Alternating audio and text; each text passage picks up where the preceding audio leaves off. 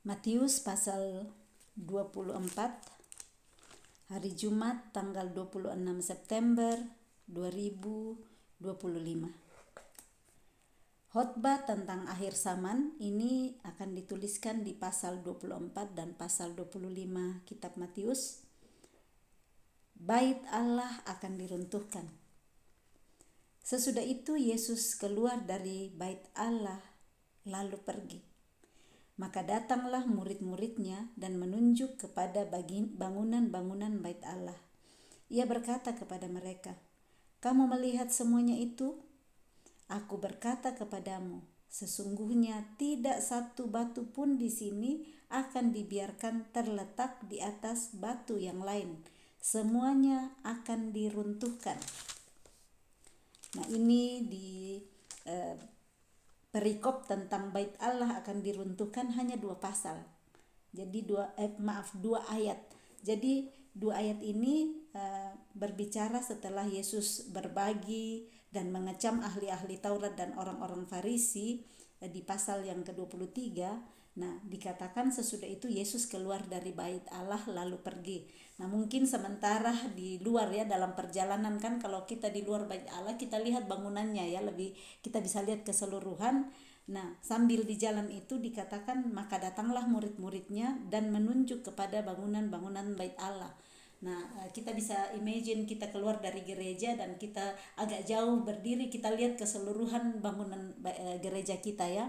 Nah, itu yang murid-murid lakukan, mereka menunjuk kepada bangunan-bangunan bait Allah itu dan berkata, dan Yesus yang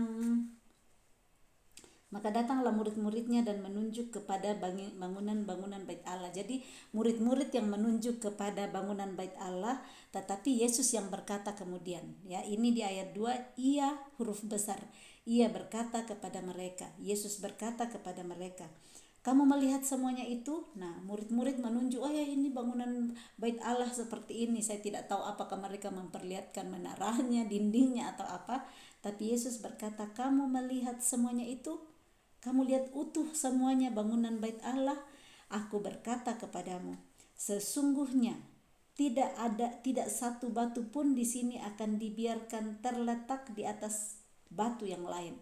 Artinya ya akan hancur semua kan. Kalau bangunan itu satu batu disusun batu berikutnya batu berikut. Nah, Tuhan bilang di sini bahwa tidak ada satu batu pun di sini yang akan dibiarkan terletak di atas batu yang lain.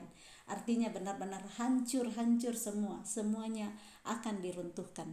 Nah, ini selesai di sini pembicaraan Tuhan Yesus ke murid-muridnya, masuk ke perikop yang berikut, permulaan penderitaan. Nah, ini sudah selesai ya perjalanan mereka. Masuk kita lihat di ayat yang ketiga. Ketika Yesus duduk di atas bukit Zaitun, datanglah murid-muridnya kepadanya untuk bercakap-cakap sendirian dengan dia. Jadi tidak ada orang lain lagi, tidak ada orang banyak, hanya Yesus dan murid-muridnya di atas bukit Zaitun.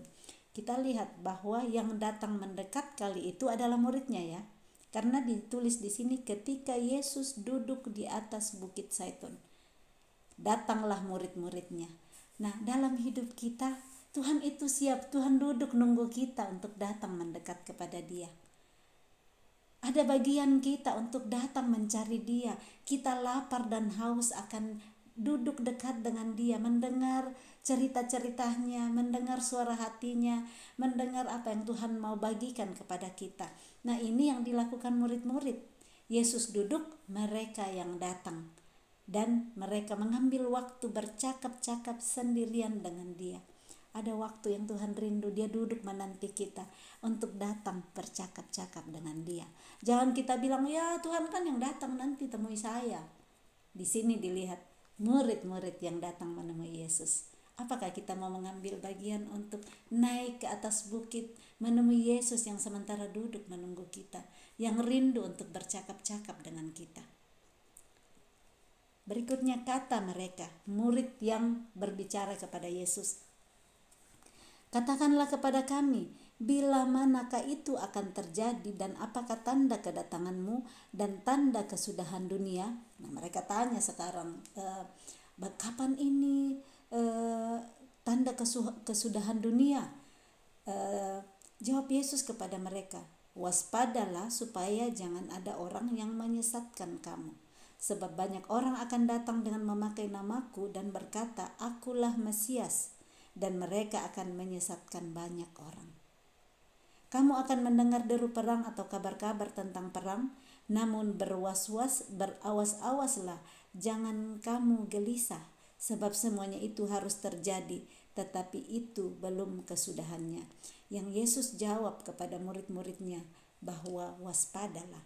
Pertanyaan mereka, bila manakah itu terjadi, katakanlah kepada kami, dan apakah tanda kedatanganmu dan tanda kesudahan dunia?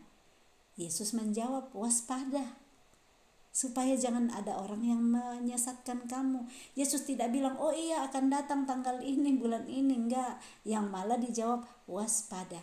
Pesan Tuhan hari ini untuk kita juga adalah, waspadalah, supaya jangan ada orang yang menyesatkan kita. Waspada untuk terus berjaga-jaga.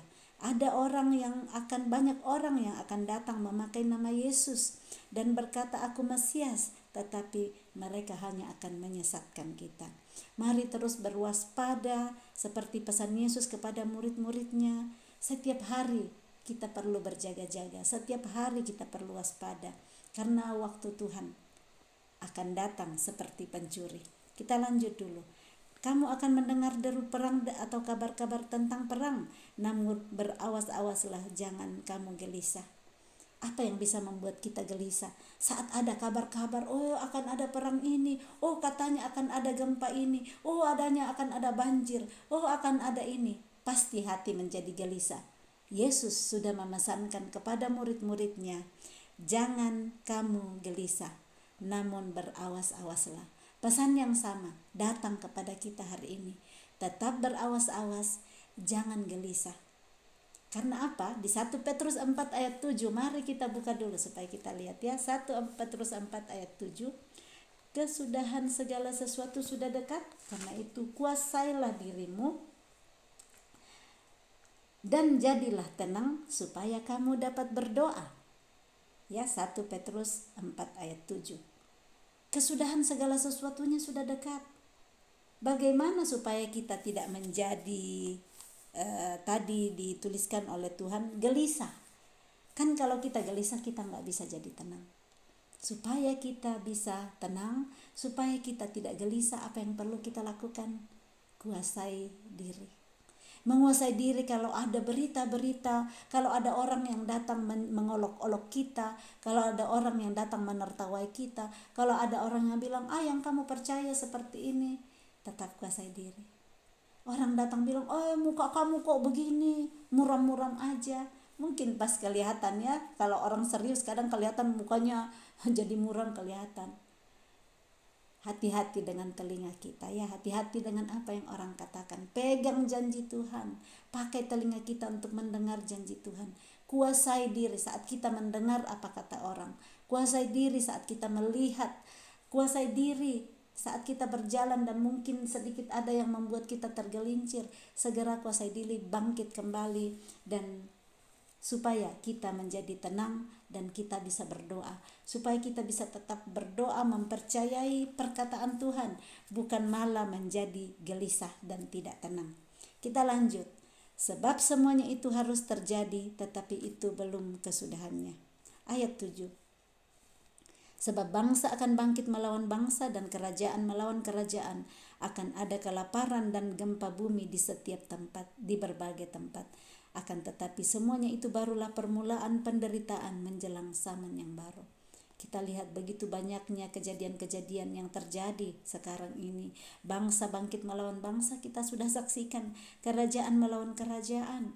Dan itu bukan terjadi di zaman dulu, tetapi hari ini kita lihat ada berbagai gempa bumi di berbagai tempat.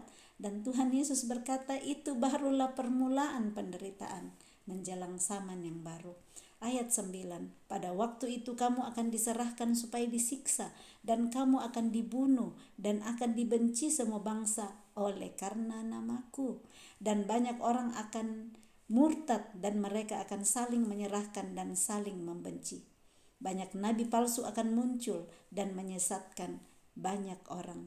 Dan karena makin bertambahnya kedurhakaan, maka kasih kebanyakan orang akan menjadi dingin. Orang hanya mengurus dirinya sendiri, orang hanya memikirkan dirinya sendiri. Kasih makin dingin, artinya yang penting saya oke, yang penting saya baik, yang penting keluargaku baik-baik saja. Yang di sana itu mau kelaparan mau nangis-nangis bukan urusan gue.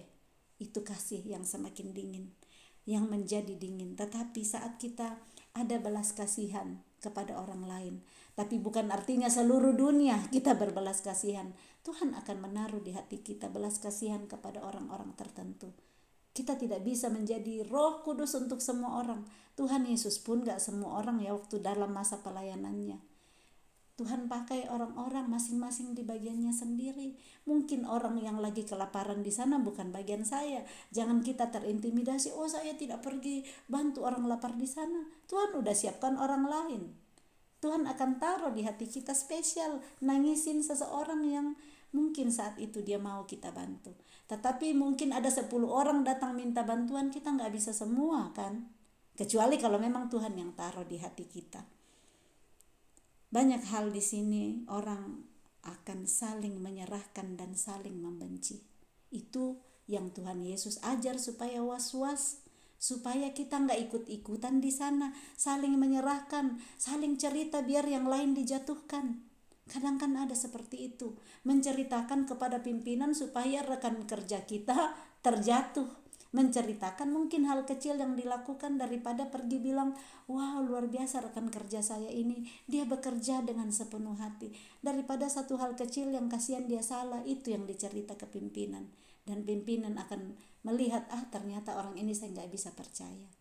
Berhati-hati, salinglah mengangkat, salinglah memberitakan yang baik tentang orang lain. Ya betul kalau ada yang perlu diperbaiki ya, jangan tutup-tutupin juga. Tetapi jangan saling menyerahkan dan saling membenci. Saat kasih ada di dalam hati kita, kita gak akan menjelekkan orang lain. Yang kita rindu adalah supaya orang itu bisa juga selamat, bisa juga merasakan kasih karunia Tuhan. Ayat 13, tetapi orang yang bertahan sampai pada kesudahannya akan selamat. Artinya ada orang yang bisa tidak bertahan. Ada orang yang bisa menyerah di tengah jalan. Kenapa orang bisa tidak bertahan? Kenapa orang bisa menyerah? Karena beratnya ujian, karena sakitnya diperlakukan tidak adil, karena sakitnya orang serahkan kita, orang yang kita percaya ternyata mengkhianati kita. Orang yang kita ceritakan cerita hidup kita, ternyata besok langsung ditahu orang lain. Jadilah kita, siapa lagi yang saya mau percaya? Ternyata semua orang sama aja kok. Ternyata orang di gereja pun seperti itu. Itu akan membuat orang tidak bertahan. Firman Tuhan hari ini ngajar kita untuk berawas-awas supaya tidak menjadi gelisah, supaya kita bisa terus bertahan sampai kesudahan, karena Yesus sendiri berkata, orang yang bertahan sampai pada kesudahannya, itulah yang akan selamat. Jangan bangga yang kemarin-kemarin kita sudah lakukan kalau hari ini kita tidak bertahan. Kita sudah baca di pembacaan Yehezkiel bagaimana kebenaran-kebenaran yang dilakukan sebelumnya, tetapi hari ini berbalik, ternyata tidak diperhitungkan kebenaran sebelumnya. Yang Tuhan lihat hari ini, sekalipun dosamu merah seperti kermisi kemarin, tetapi bertobat hari ini, Tuhan putihkan seperti salju. Jangan banggakan kemarin saya bikin semua yang baik, yang itu tuh pergi tercebur semua di dosa. Bangga, tapi hari ini dia yang menceburkan diri. Pikir yang kemarin-kemarin saya sudah baik, dan yang udah berdosa banyak kemarin, dia bertobat hari ini. Firman Tuhan yang berkata di Yehezkiel, kita udah baca bersama. Itu yang diperhitungkan hari ini, pertobatannya. Dosa-dosanya yang sudah lewat tidak dihitung lagi.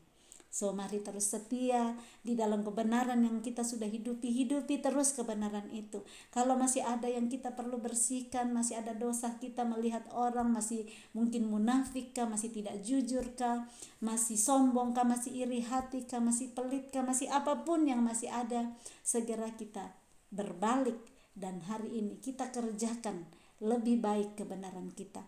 Kerjakanlah kebenaranmu dengan takut dan gentar, kata Rasul Paulus atau Petrus, maaf kalau saya nggak ingat pasti yang sebutkan itu.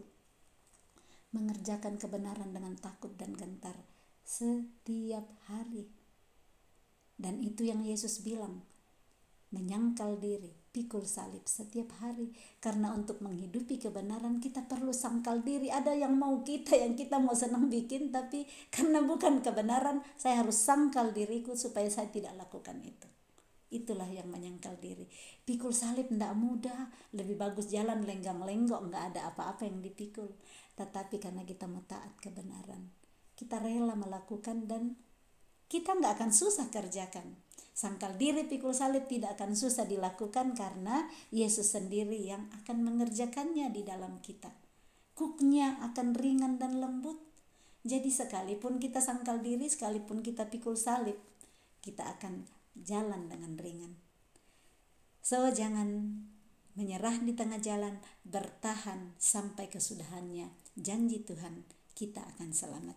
Ayat 14, dan Injil kerajaan ini akan diberitakan di seluruh dunia menjadi kesaksian bagi semua bangsa. Sesudah itu barulah tiba kesudahannya. Kalau seluruh dunia sudah mendengar Injil kerajaan, itu barulah tiba kesudahannya. Siapa yang akan memberitakan Injil damai sejahtera? Saudara dan saya. Bagian kita ada di dalam. Kalau hari ini Tuhan mau kita beritakan Injil kerajaan di seluruh dunia, mungkin ada teman kita di ujung dunia, di Amerika kah, atau adakah di pelosok Irian atau di mana. Tuhan taruh di hati kita hari ini, beritakan Injil. Hubungi temanmu itu dengan WhatsApp, salamin aja. Kasih senyuman kepada dia.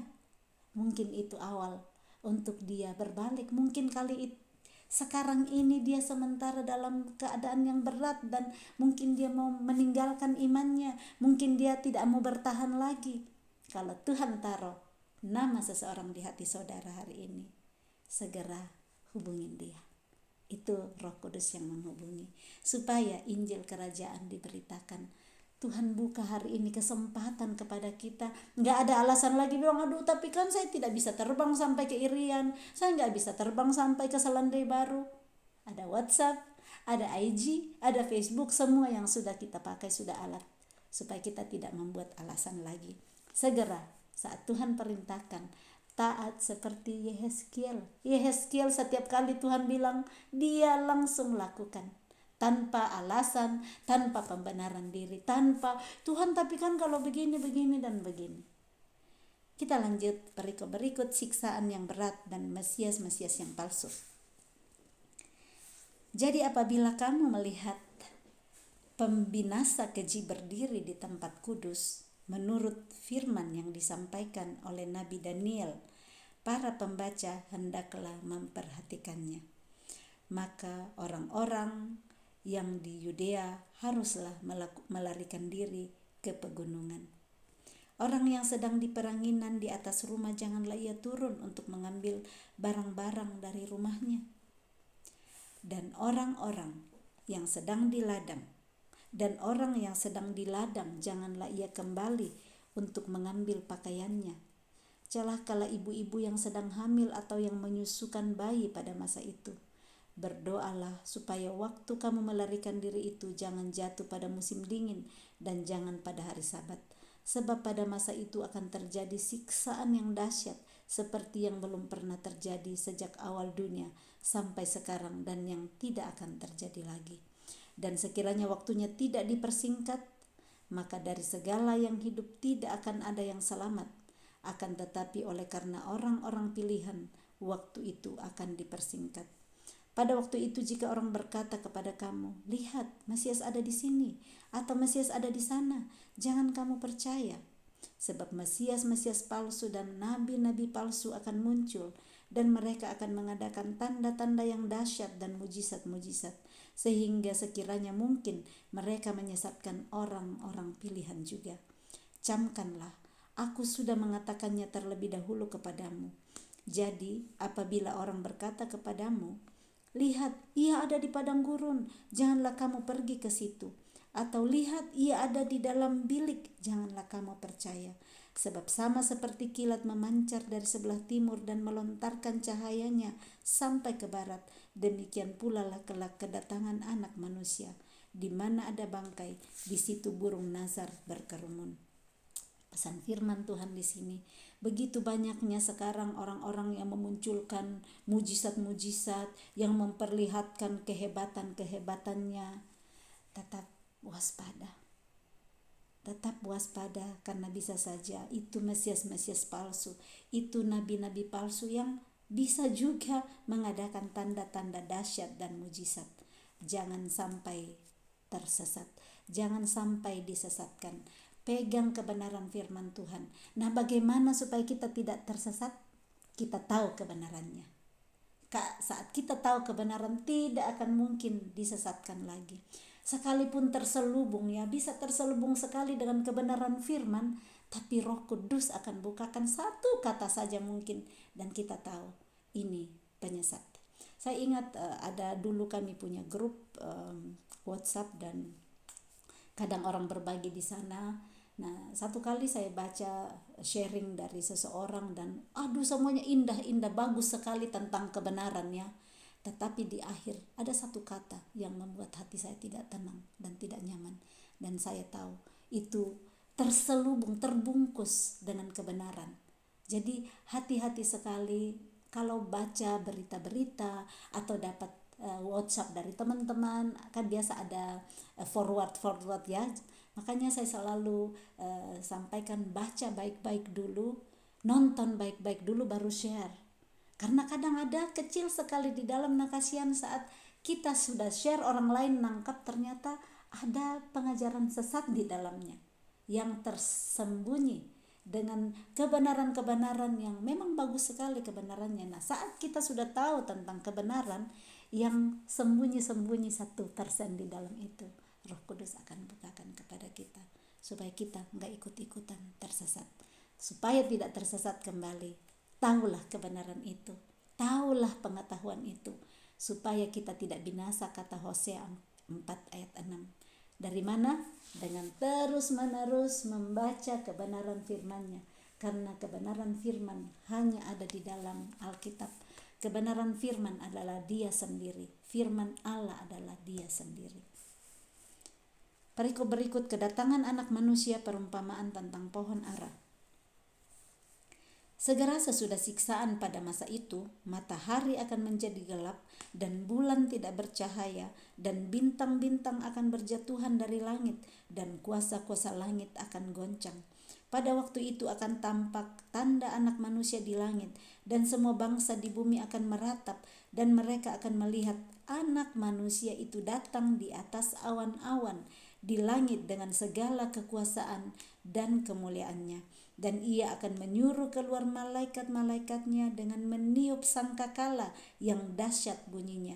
Dan mereka akan mengumpulkan orang-orang pilihannya dari keempat penjuru bumi, dari ujung langit yang satu ke ujung langit yang lain. Tariklah pelajaran dari perumpamaan tentang pohon ara. Apabila ranting-rantingnya melembut dan mulai bertunas, kamu tahu bahwa musim panas sudah dekat. Demikian juga jika kamu melihat semuanya ini, ketahuilah bahwa waktunya sudah dekat, sudah di ambang pintu. Aku berkata kepadamu, sesungguhnya angkatan ini tidak akan berlalu, sebab sebelum semuanya ini terjadi, langit dan bumi akan berlalu, tetapi perkataanku tidak akan berlalu. Tetapi tentang hari dan saat itu tidak seorang pun yang tahu, malaikat-malaikat di sorga tidak, dan anak pun tidak, hanya Bapa sendiri. Luar biasa kesempatan yang Tuhan masih percayakan buat kita. Hari ini kita sudah berada di tanggal 26 September, di mana sebelumnya kita lihat bagaimana tanda-tanda itu sudah banyak sekali kita lihat yang dituliskan, yang sudah diberitahukan Tuhan Yesus sebelumnya. Kalau hari ini masih ada kesempatan untuk kita untuk semakin membenahi diri, semakin membersihkan noda-noda yang ada di pakaian-pakaian kita yang masih kotor, bersyukur karena masih ada kesempatan hari ini. Waktunya Tuhan, kita bersyukur ada nabi-nabinya, hamba-hambanya yang sudah diberitahukan untuk peringatan-peringatan supaya kita bersiap-siap. Jangan bilang, iya katanya tanggal 23, katanya tanggal 24 September, tapi kan gak ada. Jangan pandang enteng, jangan bilang, tidak ada.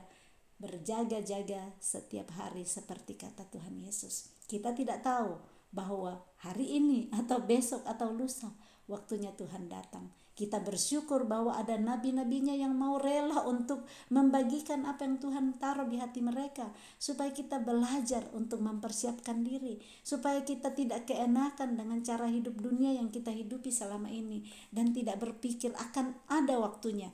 Ini dikatakan Tuhan akan datang, pasti Dia akan datang pada saat kedatangannya, tapi tidak ada seorang pun yang tahu. Ayat 36, malaikat-malaikat di sorga, tidak anak pun tidak, hanya Bapa sendiri. Tetapi bagian kita, saat Tuhan membukakan kepada hamba-hambanya, para nabinya, kita diajak untuk bersiap-siap, berjaga-jaga, berwas-was, berawas-awas, supaya kalau waktunya benar-benar sudah tiba, kita tidak menjadi kelabakan. Kalau kita sudah bersiap-siap dari sekarang, kita bersyukur dengan peringatan yang ada sebelumnya tanggal 23 dan 24 September membuat kita semakin berjaga-jaga. Kita latihan saat terompet. Tadi Tuhan Yesus berkata bahwa Ia akan menyuruh keluar malaikat-malaikatnya dengan meniup sangkakala yang dahsyat bunyinya. Dan mereka akan mengumpulkan orang-orang pilihannya, hanya orang-orang pilihannya dari keempat penjuru bumi, dari ujung langit yang satu ke ujung langit yang lain, yang akan diangkat bertemu bersama-sama di udara. Kita sudah baca, luar biasa pembacaan kita hari ini, pas sekali dengan kejadian yang ada terakhir ini. Perikop tentang kedatangan anak manusia kita baca hari ini, dan lagi hangat-hangatnya pembicaraan tentang rapture. Dan kita lihat itu semua sudah dituliskan, Alkitab sudah menuliskan, dan Alkitab adalah tulisan yang diilhamkan oleh Allah. Percayai itu, pegang itu. Bersyukur, berjaga-jagalah setiap hari ini untuk saya menolong, terus memperbaiki. Tuhan bukakan lagi hari ini, oh masih ada noda ini, segera kerjakan, supaya saat betul-betul waktunya datang, kita juga menjadi orang pilihannya. Kita masuk di dalam orang-orang yang Dia pilih. Perikop berikut, nasihat supaya berjaga-jaga. Sebab sebagaimana halnya pada zaman Nuh, demikian pula halnya kelak pada kedatangan anak manusia. Sebab sebagaimana mereka pada zaman sebelum air bah itu makan dan minum, kawin dan mengawinkan, sampai kepada hari Nuh masuk ke dalam bahtera, dan mereka tidak tahu akan sesuatu sebelum air bah itu datang dan melenyapkan mereka semua. Demikian pula lah halnya kelak pada kedatangan anak manusia. Pada waktu itu kalau ada 2 orang di ladang, yang seorang akan dibawa dan yang lain akan ditinggalkan. Kalau ada 2 orang perempuan sedang memutar batu kilangan, yang seorang akan dibawa dan yang lain akan ditinggalkan. Karena itu berjaga-jagalah, sebab kamu tidak tahu pada hari mana Tuhanmu datang. Tetapi ketahuilah ini, jika tuan rumah tahu pada waktu mana pada malam hari pencuri akan datang, sudahlah pasti ia berjaga-jaga dan tidak akan membiarkan rumahnya dibongkar. Sebab itu hendaklah kamu juga siap sedia, karena anak manusia datang pada saat yang tidak kamu duga. Tuhan Yesus membuka kembali kisah Nuh. Bagaimana kisah Nuh yang membangun bahteranya di atas gunung, tidak ada laut, tidak ada air. Dia bangun karena ketaatannya, mempersiapkan dirinya. Diketawain orang, diolok-olok orang, orang lain bikin semua yang enak-enak menikmati hidupnya. Nuh bekerja membangun bahteranya. Sampai pada waktunya, tiba-tiba untuk orang-orang di sekitar, tiba-tiba air hujan turun dan tidak pernah berhenti. Bahtera Nuh bisa mendapat tempatnya, dan itu tidak ada pemberitahuan sebelumnya, hanya kepada hambanya Nuh yang disuruh masuk dalam bahtera. Hari ini kalau Tuhan suruh kita siap-siap masuk dalam bahtera, berjaga-jaga. Kita tidak tahu kapan air akan turun. Ini di zaman Nuh. Di zaman sekarang ini, Tuhan berkata, berjaga-jagalah, sebab kamu tidak tahu pada hari mana Tuhanmu datang. Yang kita sudah baca, Nuh berjaga-jaga dengan perahu yang dia siapkan. pada waktu sudah siap, dia selamat bersama dengan seisi rumahnya. Dan Tuhan memakai dia untuk memasukkan semua binatang-binatang berpasang-pasangan supaya hidup nantinya melanjutkan apa yang Tuhan sudah siapkan untuk manusia di bumi. Jadi Tuhan pakai juga di sini tentang tuan rumah dan tentang pencuri. Pasti di rumah ya kita selalu berawas-awas, keluar dari rumah kita kunci rumah. Kalau kita enggak takut tentang pencuri ya keluar aja, biarin aja pintu rumah terbuka atau bahkan buka lebar-lebar pintu rumah.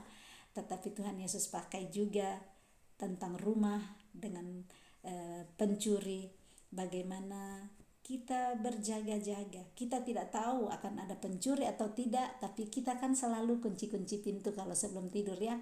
Cek dulu nak, apakah pintu rumah sudah dikunci, cek dulu apakah jendela juga sudah ditutup. Nah seperti ini hidup kita.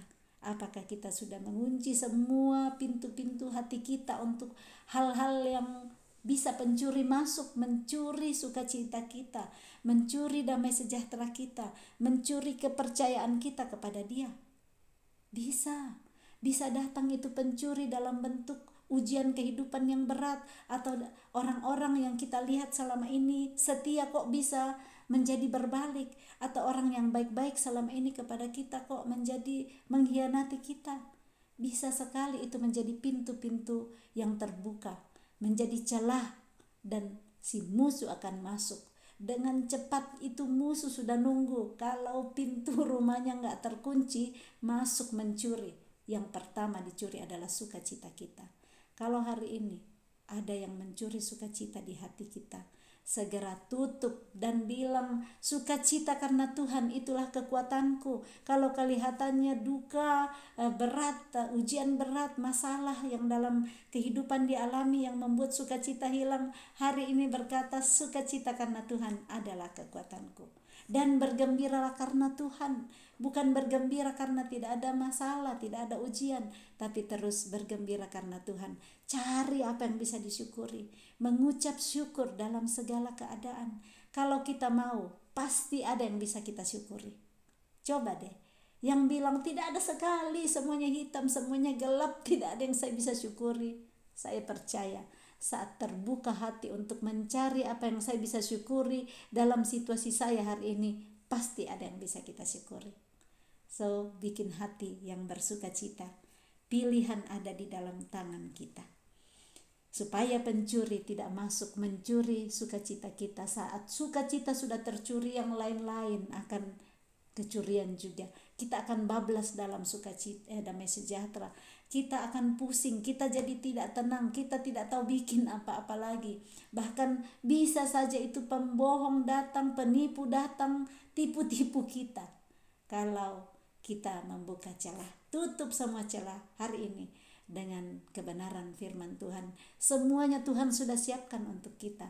Pilihan ada pada kita, mau enggak saya pakai firman Tuhan untuk tutup celah kemarahan di hatiku, untuk tutup celah iri hati yang akan timbul, untuk tutup celah kejengkelan, karena akan ada ujian di samping kita untuk membuat kita buka celah, membuat kita marah, membuat kita jengkel, membuat kita iri, membuat kita malah ngipas-ngipas seperti kipas sate. Saat orang datang cerita kepada kita, kita malah ikut-ikutan, tambah-tambahin.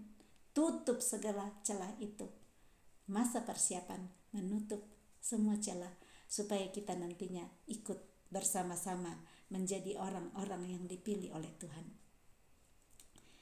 Perumpamaan tentang hamba yang setia dan hamba yang jahat. Siapakah hamba yang setia dan bijaksana yang diangkat oleh tuannya atas orang-orangnya untuk memberikan mereka makanan pada waktunya? Berbahagialah hamba yang didapati tuannya melakukan tugasnya itu ketika tuannya itu datang. Aku berkata kepadamu, sesungguhnya tuannya itu akan mengangkat dia menjadi pengawas segala miliknya. Akan tetapi apabila hamba itu jahat dan berkata di dalam hatinya, Tuanku tidak datang-datang, lalu ia mulai memukul hamba-hamba lain dan makan minum bersama-sama pemabuk-pemabuk, maka tuan hamba itu akan datang pada hari yang tidak disangkakannya dan pada saat yang tidak diketahuinya, dan akan membunuh dia dan membuat dia senasib dengan orang-orang munafik. Di sanalah akan terdapat ratapan dan kertakan gigi. Hamba yang setia dengan hamba yang jahat. Hamba yang setia dan bijaksana, pasti itu yang dipilih dan diangkat oleh tuannya untuk memberikan makan kepada orang-orang yang bekerja untuk dia. Dikatakan di ayat 46, berbahagialah hamba yang didapati tuannya melakukan tugasnya ketika tuannya itu datang. Mari, maukah kita menjadi hamba-hamba yang melakukan tugas kita ketika Tuhan kita datang? Ataukah kita mau memilih menjadi hamba yang jahat? Karena ya Tuhan kan belum datang, tidak apa-apa, saya ikuti saja kemauan hatiku sendiri hari ini. Saya mau marah, saya mau iri, saya mau sombong, saya mau bikin semua yang saya mau. Karena belum ada Tuhan Yesus datang.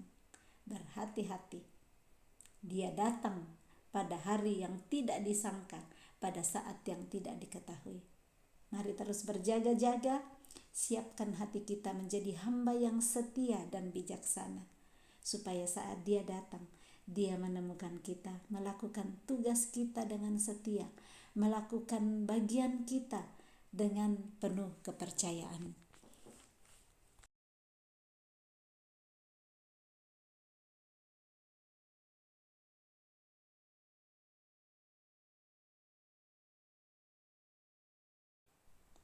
Kita bersyukur untuk firman Tuhan yang masih kita dengarkan pada hari ini, yang akan terus menolong kita, menuntun kita melalui Roh Kudus untuk setiap kebenaran-kebenarannya yang kita sudah baca, yang kita sudah dengar, supaya nantinya kita didapati dia setia. Salam kasih, Tuhan Yesus memberkati. Shalom.